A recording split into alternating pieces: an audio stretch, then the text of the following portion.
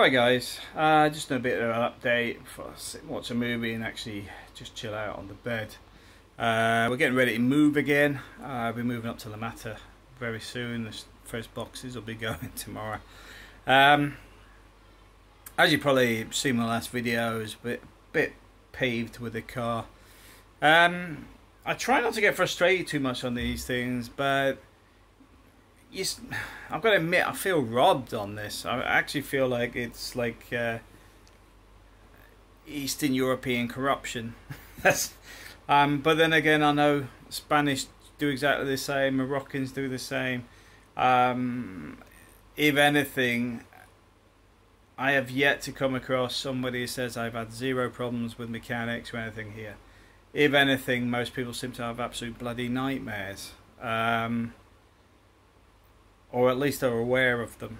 Myself, my mistake was actually getting a 2-year-old car, expecting it to be in the condition of a 2-year-old car. So I'm a bit annoyed about that, but once I get to the UK, I'm probably going to absorb the cost of the repairs myself, simply because these guys are just utter thieves and clowns. I would much rather get a professional mechanic that I know and can trust and I know will get fixed, rather than trying to bodge it in as long as it'll last until his warranty runs out, which seems what the way they're working, which is just, it's sickening, it's disheartening. Because the thing is, you're trying to show that you can have a good life and whatever in Spain, and you come across these rogues on a regular basis. I was saying to April, I mean, really, we've only really had 3-4 bad things in Spain. This is the most expensive one, which is obviously, it's a €7,000 car that's probably worth about 3 or 4.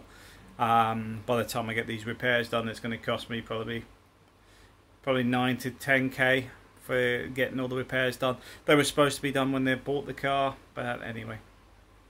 But there was the problem with the guy that was dealing with my Autonomo, and the mechanic in La Mata relating to the drive shaft, who's another rogue in the sense that he's predominantly getting work off tourists. So for him, he couldn't give a damn unless all the reviews started hitting the internet on a regular basis from people that have had to deal with him, because he is charging you at least 3 times the amount he should be, and the quality of the repairs is desirable at best. That's what I'm saying. I mean, that's sort of like my major issues. That's not too bad in 3 years. That's 1 a year. But the problem is, they are problems that cost people a lot of money, because these people do it on a regular basis. The same with bad real estate agents and problems like that. Peter and Anna's agents are a prime example. To the point, their landlord is actually taking the agent to court, relating to monies. I can't talk about it too much because obviously it's a legal case pending. But the point being is, it is a rogues gallery here.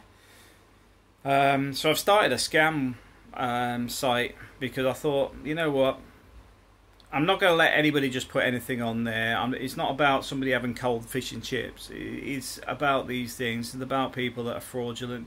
It's about people that will move into apartments, trash them, run up debts and stuff, and bugger off to another one.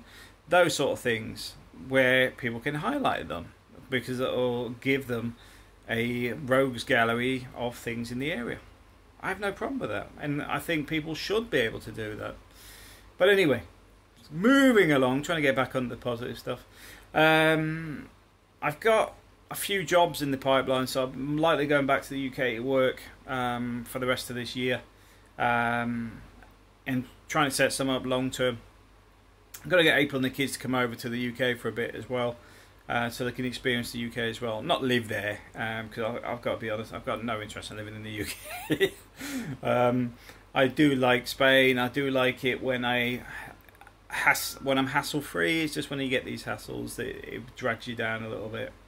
The other side of this being is, I stopped drinking any alcohol probably about 6 weeks ago now. So normally with these sort of things, I'll just crack open a bottle of wine and just chill out and forget about it, you know. But with no alcohol, it's a little bit more annoying. But we get there, we get there. What else has been going on? The power plant stuff's still progressing. I'm not 100% sure, because Venezuela, where the guys are currently, there is obviously serious issues there, and they're struggling with internet and other infrastructure problems. So there is supposed to be some plants that have been sold. I'm just waiting for some updates on that, so that might be a progression thing as well. Been a few people contact me, and if I don't get back to you, it's not because I'm ignoring you, it's just because I've been very busy with other things that have been ongoing. So don't assume I ignore you, but it is worth just prodding me now and again, just to say, Matt, you haven't replied to my email. I don't mind you prodding me saying I haven't responded, because sometimes other things get in the way, because especially if it's got to be a long email, because what happens is I put it to one side because I need to review stuff and then get back to you, which means it's often ending up at the bottom of the pile because it takes longer to do that email, which is often why those emails seem to take a lot longer. We also replaced somebody's washing machine this week as part of the maintenance stuff. One of the things I've got to admit, I've got no problem with fixing washing machines and stuff, and we did check the pump on this, we checked the motor, checked the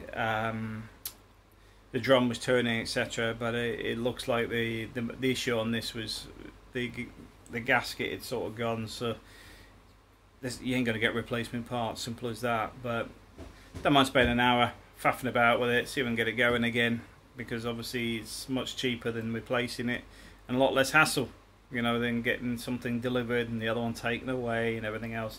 So yeah, so faffed about with a washing machine. In the end we had to replace it, but hey ho, things are progressing.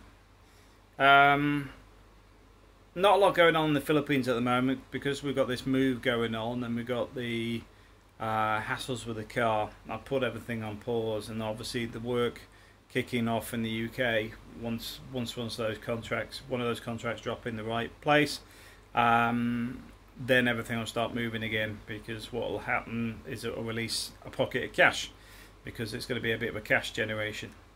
The crypto stuff's sort of very, very slow at the moment. This is another reason I've dropped back onto the contracting, because the portfolio price is low. But it's a bit like buying Google shares at 2 pence. At the end of the day, you don't really want to sell them, because you know they're going to go up in value, because you know they're developing stuff. It's not a case of it's a finished product and they're not worth nothing. It's a case of they're still developing a lot of these products. So it's going to be a year of silence on a lot of this stuff I'm working on. Others are working on, I'm invested in. And that's it. I mean, there's not really a lot happening. That's why I haven't really done an update. But we're getting there. We're getting there. And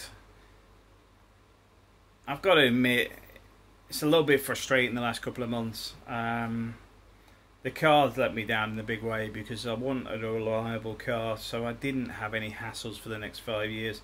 Instead, they gave me something that was less reliable than the Volkswagen I gave them. Really annoyed on that, but we live and learn. We live and learn. Thanks for watching.